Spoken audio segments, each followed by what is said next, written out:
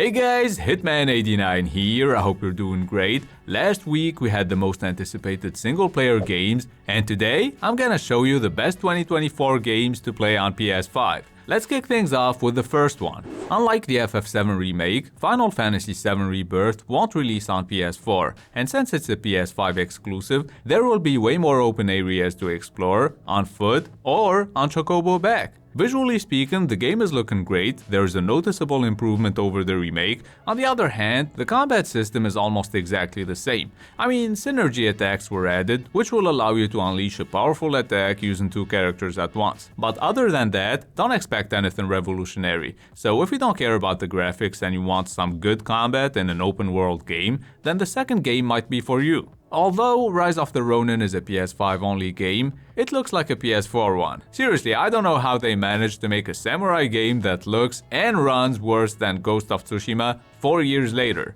That's obviously only based on the latest gameplay footage we've seen, but I wouldn't expect them to do miracles in just 3 months. Alright, now that I've shit on the game a little bit, let me tell you about some of its pros. Since Rise of the Ronin takes place in 19th century Japan, apart from fighting with katanas and other melee weapons, you can use firearms as well. You'll also be able to ride a horse to explore this beautiful open world, and you can even jump off buildings and use a glider. At number 3 we have the Silent Hill 2 remake. I've only played a tiny bit of Silent Hill games in my life, cause back when they came out, I was what most people would call a pussy-ass bitch. But now that I became a man, I look forward to playing this remake, which is a PS5 timed exclusive by the way. The devs have mentioned that everything is going smoothly, so we can assume the game will launch in 2024, around the same time as the Return to Silent Hill movie. Anyway, the announcement trailer included a little bit of gameplay, and honestly, it looked awesome.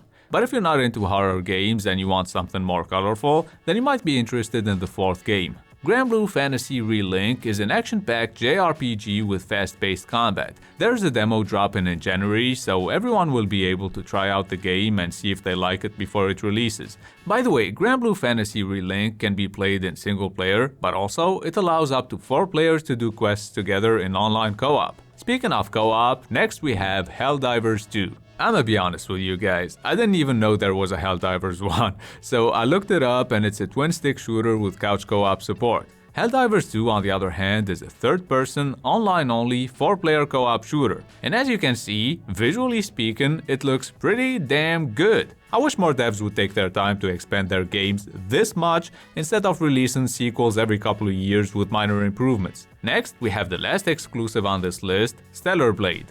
I wasn't even gonna have it on this list, but as I was making this video, Stellar Blade was confirmed by Sony as a 2024 game. And I'm sure a lot of you never heard of it before, but here's why Stellar Blade, formerly called Project Eve, should be on your radar. The graphics are great, the gameplay seems fast-paced, varied and challenging, and most importantly, this game's got stunning jiggle physics. Moving on to the next one, 12 years after the first Dragon's Dogma, we're finally getting a new one. Dragon's Dogma 2 doesn't revolutionize the formula, it only introduces some new monsters and adds a new class, which I probably won't play, but I'm really excited to play this game and explore a dangerous world that gets even more dangerous by night. Not just cause you can't see shit, but also cause you'll face even stronger enemies that could end your journey like it's nothing. Daytime isn't a piece of cake either, you'll be facing big-ass enemies that you can either fight from a distance or literally climb them in order to attack their weak points with your melee weapons. Dragon's Dogma 2 is my most anticipated game by the way, let me know yours in the comments down below.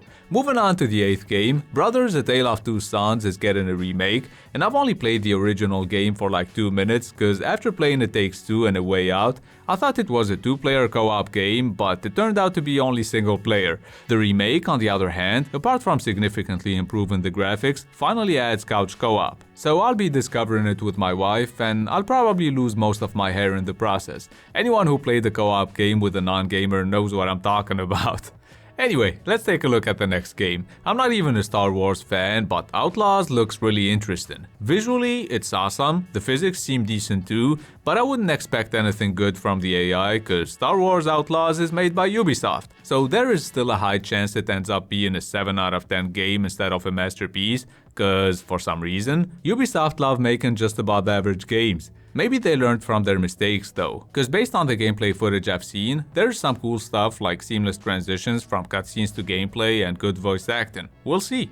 The 10th game on my list is impressive to say the least. Even if you're not into Souls-like games, in my opinion, you should still give Black Myth Wukong a shot. It's one of the best looking games with some breathtaking visual effects, and also the universe is based on the Journey to the West Chinese mythology, which makes it one of the most unique games you can play in 2024. I mean, where else are you gonna find characters this diverse? Next, instead of waiting for Darktide to make its way to PS5, you could play Warhammer 40k Space Marine 2.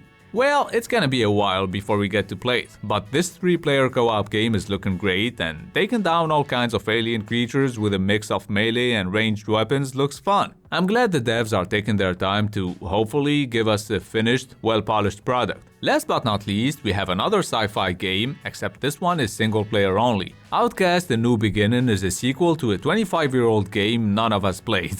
I had only seen it on TV back then because I was a poor fuck with no PC. There was also a remake that came out 6 years ago, but I don't think anyone played that one either. So what I'm trying to say is, now you know why they're calling the upcoming Outcast A New Beginning. All jokes aside, it looks fun even though I'm sure it's gonna be janky, and I look forward to exploring this alien planet with a jetpack.